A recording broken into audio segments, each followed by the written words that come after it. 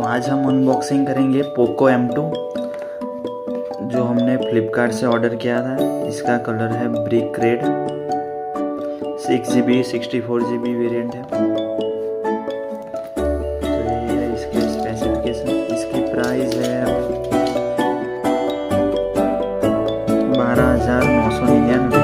हमने ऑर्डर किया था 9,000 में।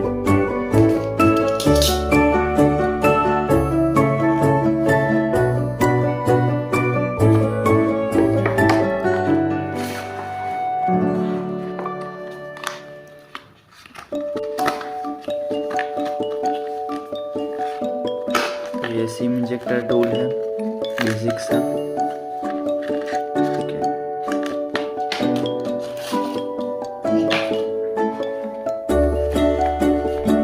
और ये है हमारा फोन।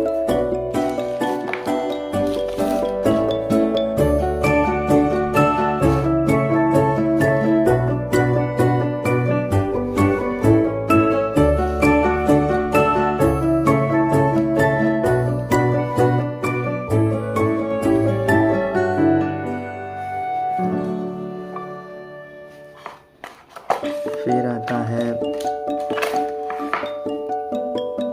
चार्जिंग एडाप्टर और ये टाइप सी डेटा केबल।